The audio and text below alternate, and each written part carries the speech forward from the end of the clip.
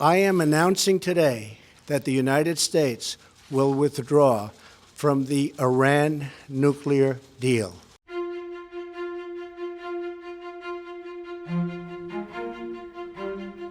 Iran and the US are engaged in their most serious confrontation since the 1979 Islamic Revolution.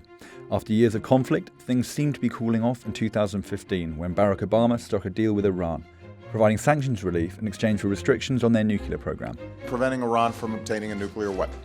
Now, some fear all-out war. So how did it get to this point? Well, in May 2018, Donald Trump announced the US would be withdrawing from that nuclear deal, and over the next few months, sanctions fueled the growing economic crisis in Iran. That November, US Secretary of State Mike Pompeo sanctioned Iran's oil industry, hitting their most important economic lifeline. We're imposing all sanctions that were previously lifted under the nuclear deal. This includes sanctions on energy, banking, shipping, and shipbuilding industries. To lift the embargo, the US had 12 demands, including an Iranian withdrawal from Syria and the halting of their ballistic missiles program. Iran rejected all of these. In May 2019, the US Navy sent an aircraft carrier, the USS Abraham Lincoln, to the Middle East. 3 days later, Iran vowed to enrich its uranium stockpile closer to weapons-grade levels. This is when the conflict escalated. On June 13, 2019, 2 oil tankers were attacked in the Strait of Hormuz. 44 sailors were evacuated and the US blamed Iran. 7 days later, Iran's Revolutionary Guard shot down a US military surveillance drone. In September, a drone attack on Saudi Arabia cut off half the oil supplies of the world's largest producer, causing a spike in prices. The US again blamed Iran.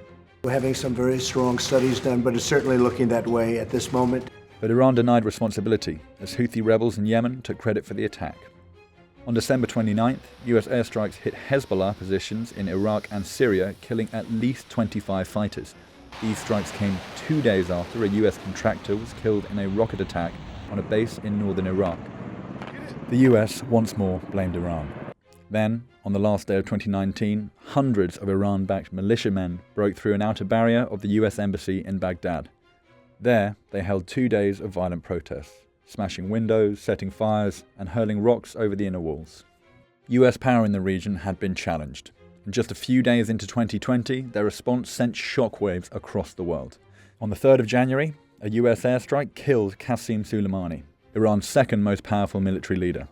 The mastermind behind many of its interventions, Soleimani was a national hero in Iran, and his funeral was attended by hundreds of thousands of people, receiving global coverage. President Trump said the strike was defensive, carried out to prevent a major attack on US forces. But Iran vowed harsh retaliation, and on January 8th launched several ballistic missiles on 2 US bases in Iraq. No one was killed, but on the next day, the Iranian media machine went to work. Inside the country, reports have circulated confirming over 80 dead American soldiers. And this may be the excuse everyone's been looking for to halt this tit-for-tat escalation. While Iran had to respond to the death of their highest-ranked general, their chances in an all-out war would be slim. For America, the killing of Soleimani represents harsh punishment for the storming of their Baghdad embassy. And while another costly invasion might work against him, President Trump will surely hope a targeted strike on America's greatest enemy will bolster his popularity in an election year. Everybody saves face, everyone walks away.